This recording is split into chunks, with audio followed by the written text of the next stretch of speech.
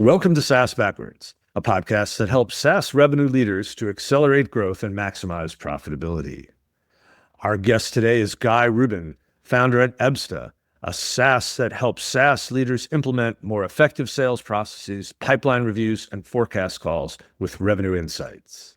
His company also just announced its 2025 B2B GTM Benchmarks Report, produced in partnership with Pavilion, that will anchor much of this deep dive episode on accelerating sales success. Hey, Guy, before we dig in, could you please tell us a little more about yourself, your company, and why you and Pavilion sponsor this research into the determinants of sales success? Ken, thanks so much for having me. Big fan of the podcast. Yes, so my name's Guy Rubin. I've spent the last 20 years of my life in and around B2B SaaS. We set Ebsta up originally to solve some of the real challenges companies have inside Salesforce. So our first product we took to market, we now call Relationship Intelligence. And it's a simple way of making sure that 100% of the company's relationships find their way into Salesforce. And we introduced at the time what we now call our engagement score. And what that did is it gave us a simple way of understanding how much momentum or engagement the company had with the prospects that they were engaging with.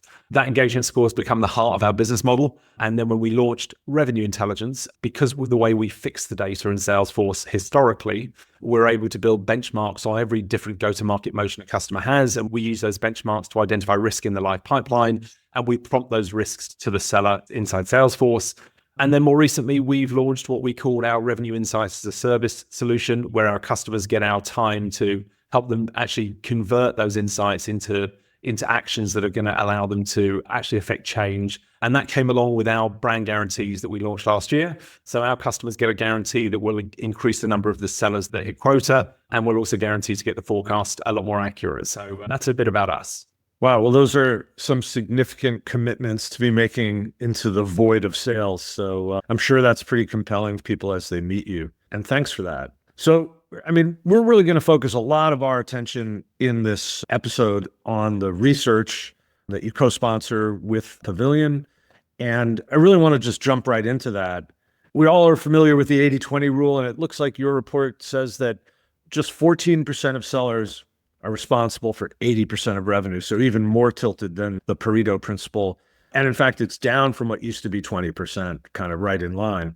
So what's happening here? Why is this of concern? And what's holding sellers back from getting ahead, making quota? Yeah, of course. Well, it's really why we set the research up in the first place. So this is the third year we produced the benchmark report with Pavilion. This year was the first time we also included a survey of over 2,000 CROs in the data. We also extended the report for the first time to not just be around sales, but the entire customer journey, including customer success, and some really fascinating insights from the data that we see. So to touch on the one that you raised, yes, we saw that just 14% of sellers are now responsible for 80% of revenue in these organizations. And the gap, the delta between those top performers and the B and C players seems to be getting wider and wider every year. And we're now sitting in a place where the gap between top and bottom performers is now 11x.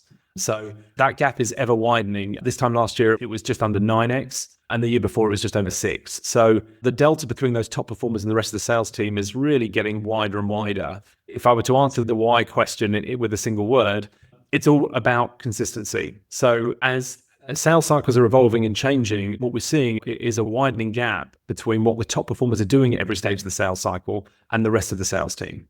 And so the primary goal of our commercial leaders, of our sales leaders now, has to be about introducing that consistency. And to do that, we need to start by understanding what those top performers are actually doing at every stage of the sales cycle and really get under the skin of what the delta is between what they're doing and the rest of our sales team.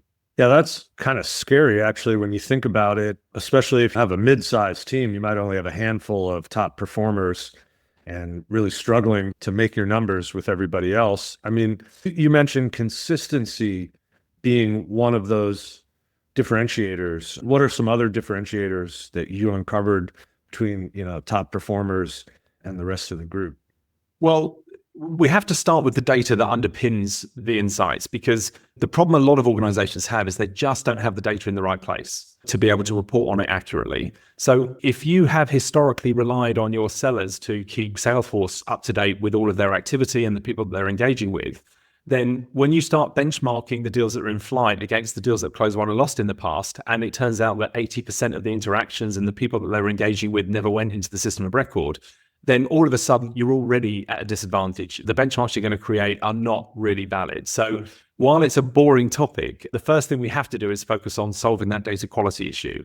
So we came up with an engine that connects to our customers' mail servers, and we use the traffic that's gone through the organization over the last 1, 2, or 3 years to build a people graph of all the people that the business has ever interacted with, every customer and every prospect. And then we give each one of those individuals an engagement score. So knowing who in the organization engaged with that contact, when they last engaged, and seeing whether that engagement is trending up or down over time by monitoring a single number out of 100 is just a great way of understanding how multi-threaded we are and are we engaging with the right personas.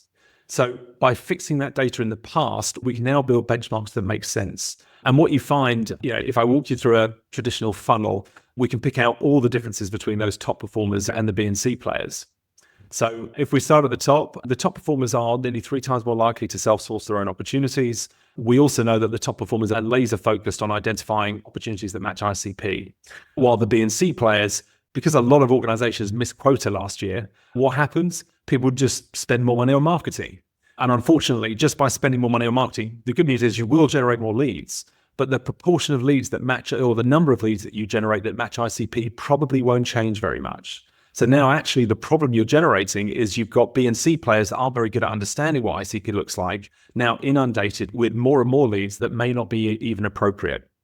And then you move into the next stage, which might be discovery. And it turns out, well, guess what? The top performers are ruthless with their discovery. And in fact, they close 30% of their opportunities off as lost at the discovery stage. But the B and C players, well, they haven't got enough pipeline. So they don't close off things as much at that discovery stage. And they end up holding on to opportunities that perhaps were never real in the first place. So you find yourself in a situation where when you look back historically, there's lots of deals that might have closed at late stage as lost. But when we go back to the call recordings, which we're able to go back through the last year's worth of call recordings now, what we find consistently is that perhaps they were never really in a sales process in the first place because they were never really qualified correctly. So by knowing that, we can see that actually the problem wasn't stage 5, late stage in the sales cycle. The problem really started with the discovery. So, this is really kind of fascinating. And it seems like it's almost a data verification or validation of what a lot of leading lights in sales management and kind of go-to-market strategy have been saying. So that's great to have that.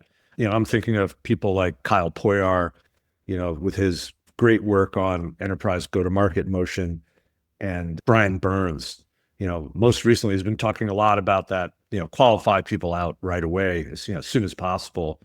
That seems like it's also something that's very trainable, right? So it's not only we can fix it with some technology, we can certainly highlight it, but it seems like once we understand our ICP better, we can really focus on that with the people that aren't quite getting the deals done.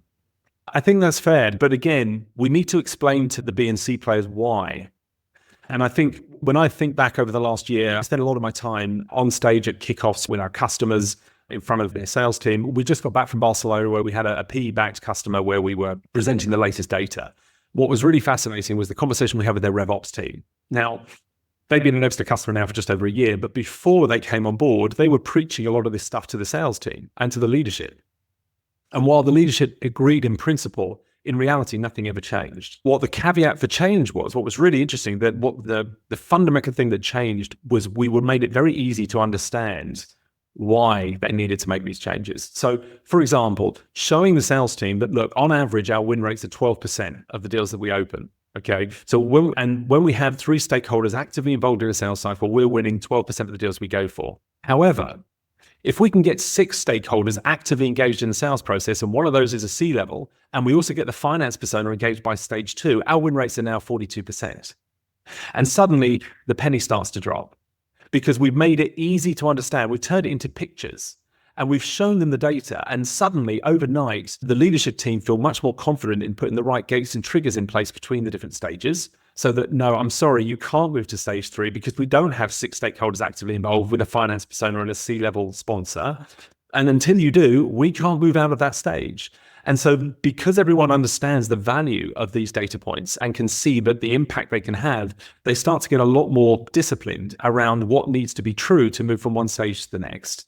And everyone buys into it because even the B and C players, they all want to win. So the way to get them on board isn't necessarily to train them and whip them into shape within an inch of their lives. It's about taking them on a journey where they understand why you're asking them to do this and showing them the impact of being more multi-threaded, of getting that finance persona actively involved.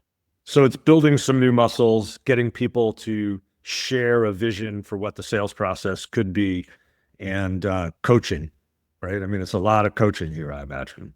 Well, it's a really interesting point, right? So if we think about last year and the year before, there was a lot of investment in businesses teaching sellers how to use methodologies. And frankly, it didn't really matter which methodology you adopted, but as long as you took on one, right? So it could be MEDPIC or BANT or SPICed or MEDIC or whatever one you decided was right for your business. Now, teaching a bunch of sellers how to use those methodologies correctly in their discovery is a set of skills, and it can be taught. Getting the sellers to then record that information consistently in the system of record, including information about what objections were raised on every single discovery call and what competitors are mentioned on every single discovery call.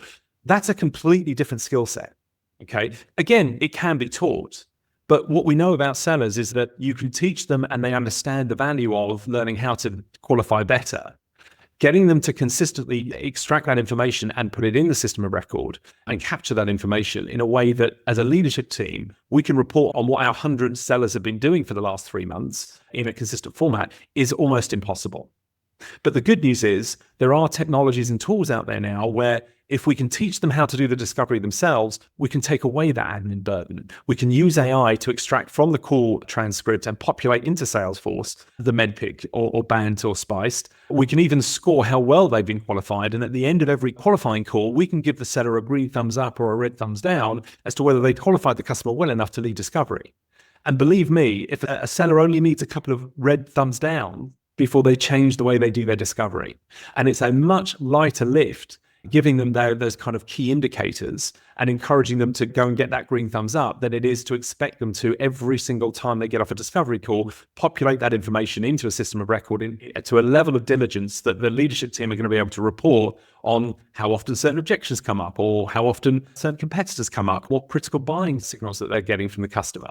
Yeah, it sounds like this is a really great use case for AI. And also, I think I just want to make sure everybody caught it. This like subtle little bit of gamification, right? Doesn't need much sometimes to alter people's behavior once the expectation's been set and they've been trained. So I think that's very cool.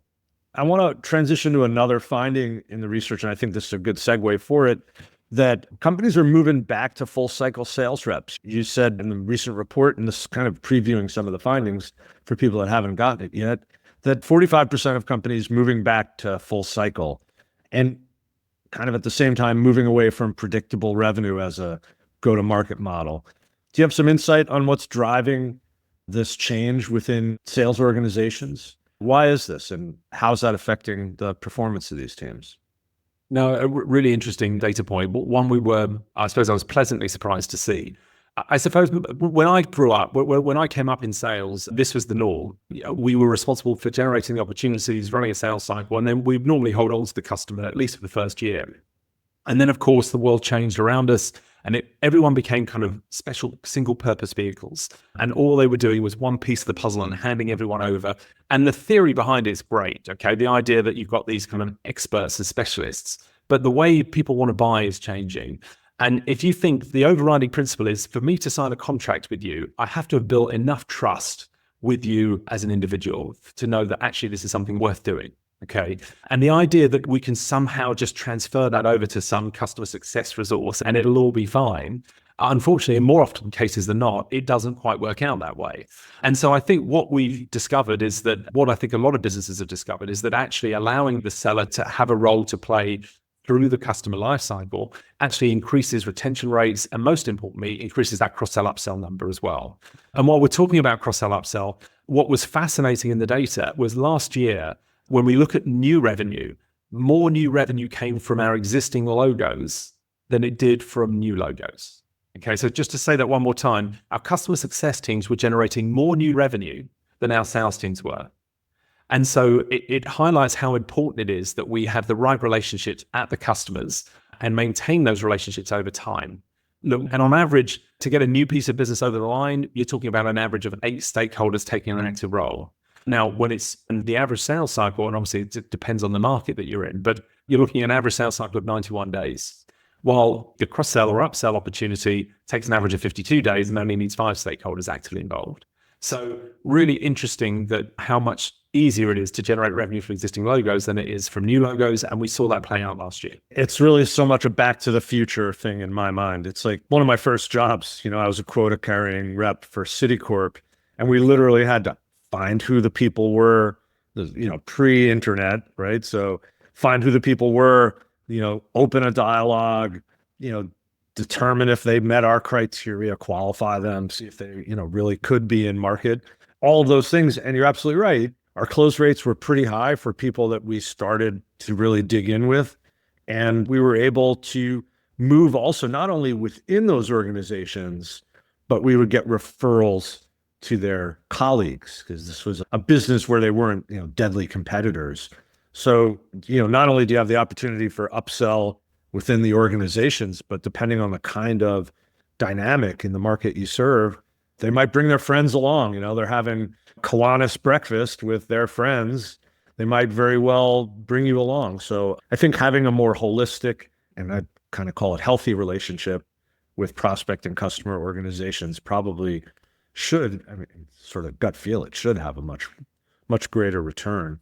Even in 2025, with all these AI tools in the world, relationships are still driving revenue. And so we found this ability to score momentum or engagement is a great way of understanding whether if a customer has a problem, but the engagement's still high or maintained, that's great. And, people understand that challenges happen. But as soon as engagement with the right stakeholder starts to drop off, that's a really interesting warning sign that this could be a churn risk. And thinking about churn, and some of the other data points we picked up on was that if the last 2 QBRs you've done with your customer before the renewal are done at the C level, you are 7 times more likely to open up an opportunity for cross-sell or upsell. But if the last 2 QBRs before the renewal are done at a more junior level, you are 4 times more likely to churn the customer. So really understanding, it's not just about doing QBRs, it's really about understanding who are we really engaging with and where are our relationships with this account. And if you don't have C-level buy-in, momentum and engagement, you need to find a reason and a justification for them to want to spend time with you, which is kind of why we ended up developing what we call Revenue Insights as a Service, because we get the opportunity to sit with our customers every quarter and really highlight what the next challenges are that they need to address to maximize their chances of increasing growth. I want to kind of drill in on, driving growth and kind of departure from business practice that got us to about 5 years ago. I want to sort of dig into how we're moving away from the predictable revenue model, and yet how some aren't, right? It's almost like a bifurcation in the tool sets that people are adopting. They're either using AI as a way to automate bad behavior, the worst of the SDR behavior, spray and pray, or moving to kind of a different use of AI. And I think you've touched on that here, but can you kind of paint this in starker terms for us, the difference between automating and creating more bad behavior versus how companies are building more effective engagement with prospects? And you did touch on it a little bit, but I think it's worth kind of digging in a little bit at this point. There's so many AI tools out there, but the challenge is that in my mind, they're really all these individual point solutions. While they're getting huge amounts of growth, they're also seeing incredible amounts of churn. And I'm not sure there's a space in the market for individual point solutions that are just called AI. My gut feel is that companies are still wanting to buy, platforms that help them solve certain outcomes for the customer. And if that platform happens to use AI or happens to use cloud or happens to use any sort of technology, the customer really just doesn't care. I was on a podcast a couple of days ago and a really lovely term came out that was, no one cares about your thing. They really just don't. They don't care how your thing works. They don't care about the buttons. They don't care about all of that. All they really care about is they've got a problem that maybe they don't even know about, but if they could solve that challenge, then their business runs faster. And the fact that your system uses certain bells or whistles to achieve that outcome is great, but they don't really care. So I think the jury's out, in my opinion, about these automated SDRs. I'm not going to comment one way or the other. And if people have found a way to use these tools, then great, good luck to them. For me, the AI is really there to increase the consistency, the ability for us to go through to onboard a customer and within a couple of days have gone through the last year's worth of deals that have closed, won and lost, and fix the data associated to those deals. You couldn't do that without technology. You couldn't do that without AI. And so that's great, right? So it's nice that's how it works. So that it's great that it gives the customer that confidence that 100% of the business's relationships are now in that system of record. And every 5 minutes, it's getting updated with anyone else we interact with or send an email to or have a meeting with. So knowing that you've got AI doing the heavy lifting gives you certainty that this isn't just being managed by, a salesperson that has other things that they want to do and perhaps don't enjoy doing it. You can look at the data with certainty to know that actually I understand how this data got there in the first place, so I can believe that it's true. And sales is probably one of the last departments in business that's really finally becoming data driven.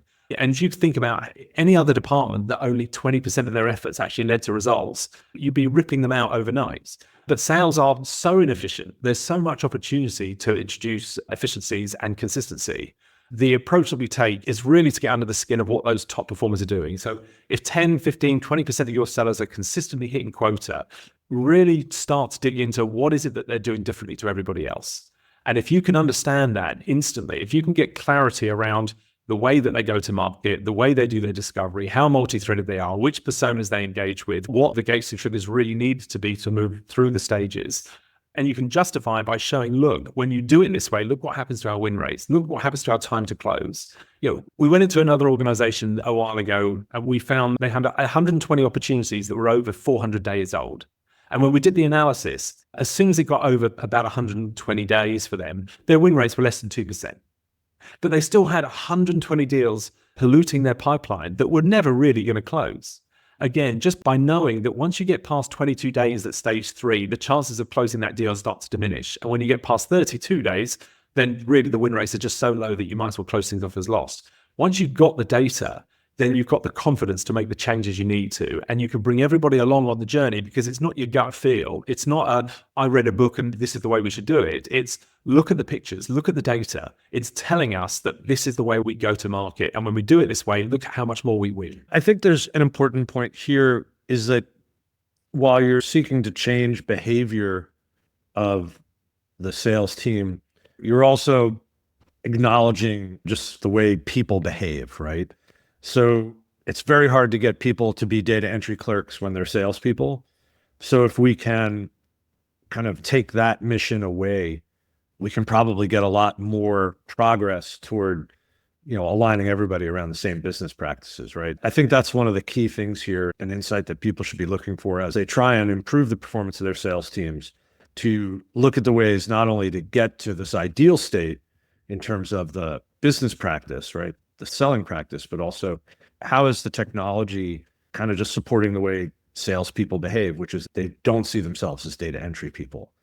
I think you're spot on. And yes, the data quality is always poor when sellers are responsible for it, but the impact is many layers. So not only are you freeing up an hour a day of the seller's time and the quality of the data is now much, much better, but because the data is much, much better, we can now pull much more accurate insights from it. And because we can pull out much more accurate insights, we can show people in a format that they can understand why you're asking them to make these changes, why they should engage with certain personas at certain stages, why they need to ask these qualifying questions better.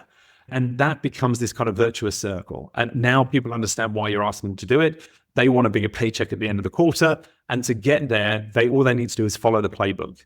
And they're doing it not because that was a book that you read or because that's your gut feel that that's the right way to do it, but they're doing it because the data is showing them that they can double their win rates if they do it. And it all starts to flow because they've got no other distractions because the admin is being done for them, but also they've now got more time to sell and they're now following the playbooks, not because they're being told to, but because they know that they're going to make more money if they do. Yeah, there's the motivation right there for most people being in sales anyway. I want to, though, make sure we talk about what's between us and success. Are there mistakes that people make, leadership makes when they try and adopt this kind of go-to-market? Data-driven sales sounds like a great thing. What's between me and success? What do I have to maybe rethink to get there? Well, let's start top of funnel. You won't be surprised to hear that the warmer the leads are, the better, the faster they close and the higher win rates, right? But what do we mean by warm leads? Only less than a third of businesses have got a proper structured partner program, for example. The velocity of the deals that they're working on coming through that partner channel is much, much greater than just through outbounding.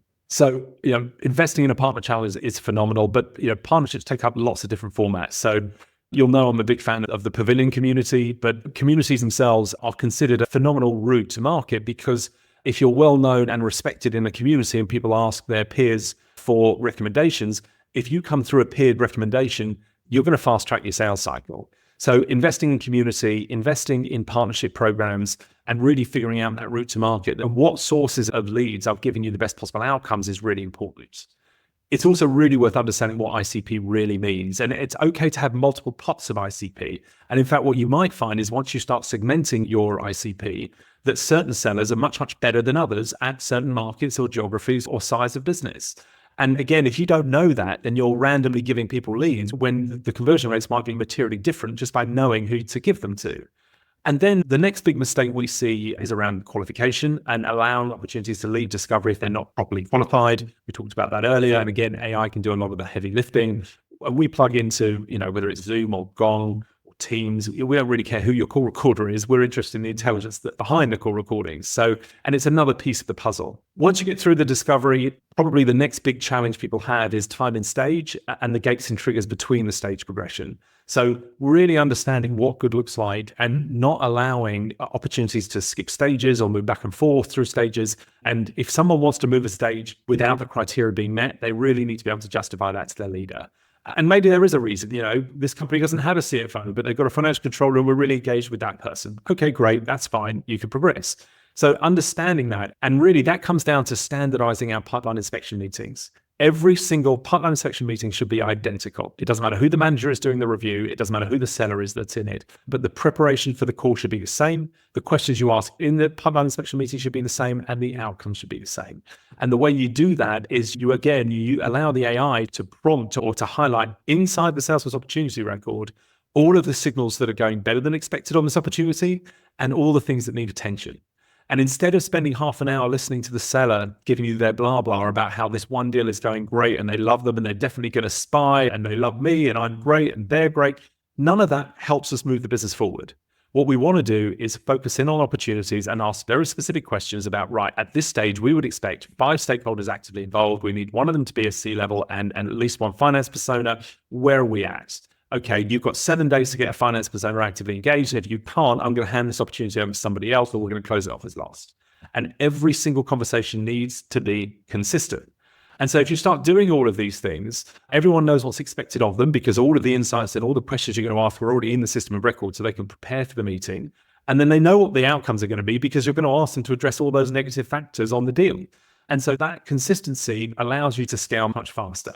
That's awesome. I'm glad we covered that because I feel like there's just too much of a temptation to think it's all about the automation. There's definitely an organizational development component here, right? We have to, as an organization, grow to better ways of managing the sales function. If I'm a CRO, I probably have a wider purview than just sales, right? So is there a marketing component here?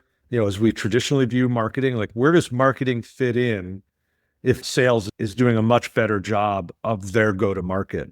We saw the MQL to SQL conversion rate really skyrocket this year. It almost doubled. And so there is much, much more alignment now between sales and marketing in a way we've never seen before. And partially that was responsible for, average deal values also massively increased by over 50%. We saw an increase in average deal values. So people are moving up market, they're charging more for what they do, and sales and marketing being aligned is absolutely table stakes now, right? You absolutely need to make sure that everyone's talking the same language. And CROs are also responsible for success. And again, if customer success are not being consistent in the way that they're servicing their customers, how many active stakeholders have we got at this customer? How many times do we touch them during the year? Who are we doing our QBRs with? And the list goes on. So it's just the same process. It's just a different stage of the sales cycle. But the biggest challenge for CROs is that their average tenure now is less than 18 months. And that's just not sustainable. And so how do we give the CROs the confidence to actually succeed? It can't all be their fault. But what tends to happen is rather than investing in our people, what we tend to do is get rid of our bottom third, replace them with somebody else's bottom third that didn't work for them, and then spend more money on marketing and expect a different outcome. And of course, we don't get a different outcome. And all we end up doing is taking a lot more time and energy and not really getting any further forward. And instead, what we need to do is take responsibility as leaders and introduce that consistency. I promise you, if you can get your B and C players replicating the behavior of the A players, you will get the gap between the top and bottom performers will massively diminish, and it can happen in a very short amount of time. It can happen in quarter. It's just about making it super easy, taking away the distractions and making it very much data-driven. Well, that's a great place to land our episode, Guy. If people want to learn more about your company or get an early edition of the 2025 GTM report, how can they do that? You can obviously check out Ebsta at ebsta.com. That's ebsta.com. You can find me on LinkedIn. And if you mention the podcast, I promise to accept the invites. Always like to have conversations about data and sales. And the report is currently available we launched it to Pavilion members a week ago. It will be on general release at, I think it's the 25th of March. So we'll make sure that we include a link in the podcast when it goes live, and your followers can download it from there. That's fabulous. Thank you so much. And if people want to reach me, I'm on LinkedIn/in/Ken Lempit. My demand generation agency for SaaS firms is Austin Lawrence. We're at austinlawrence.com. And if you haven't subscribed to the SaaS Backwards podcast, please do so wherever podcasts are distributed. Or if you'd like to see it in video rather than listen to it, it's on the YouTube channel for SaaS Backwards. Guy Rubin, thanks so much for being on the podcast. Thanks, Ken. Really enjoyed it.